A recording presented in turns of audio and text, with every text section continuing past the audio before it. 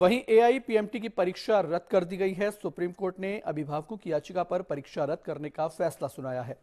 साथ ही अदालत ने सीबीएसई को 4 हफ्ते में दोबारा परीक्षा कराने के आदेश दिए हैं। आपको बता दें कि देश भर में 6 लाख से ज्यादा छात्रों ने पीएमटी की परीक्षा दी थी।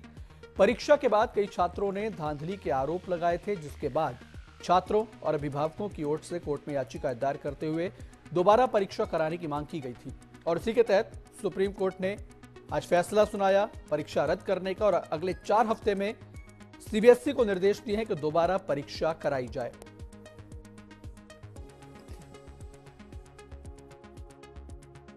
But yes, our judges are also God to the students.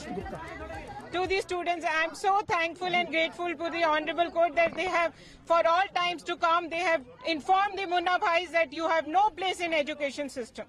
Thank you so much. What was the gist of the order? What was the order? The court has allowed our petition wherein we had sought the prayer that all the AIMD exam be cancelled. So they have allowed the petition with the direction to CBSE to conduct it within 4 weeks.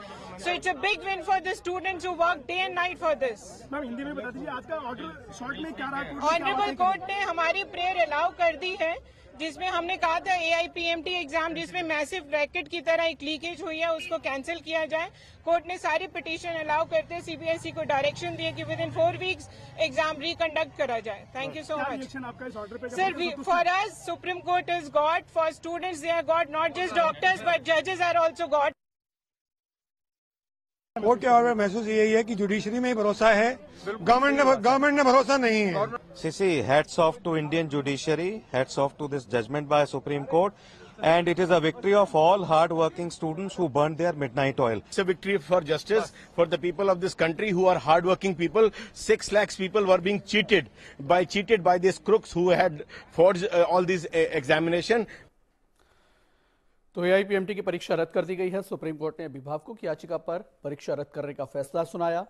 साथ ही अदालत ने CBSE को 4 हफ्ते में दोबारा परीक्षा कराने के आदेश दिए हैं। आपको बता दें कि देश भर में 6 लाख से ज्यादा छात्रों ने पीएमटी की परीक्षा दी थी। परीक्षा के बाद कई छात्रों ने धांधली के आरोप भी लगाए थे, जिसके बाद छात्रों और अभिभावकों की ओर से कोर्ट में याचिका दायर की गई थी और दोबारा परीक्षा कराने की मांग की गई थी, जिसको सुप्रीम कोर्ट ने स्वीकार करते हुए उस पर सुनवाई की, फैसला सुरक्षित रखा और अब फैसला सुनाते हुए सुप्रीम कोर्ट ने परीक्षा को रद्द कर दिया है। ज्यादा जानकारी के लिए इस वक्त हमारे संवाददाता गोपाल कृष्ण हमारे साथ जुड़े हैं। गोपाल, क्या जानकारी इस फैसले को लेकर कोर्ट के? देखिए, पीएमटी की परीक्षा को सुप्रीम कोर्ट ने रद्द कर दिया है और सुप्रीम कोर्ट ने सीबीएसई को निर्देश दिया है कि 4 हफ्ते के भीतर दोबारा एग्जाम कराए।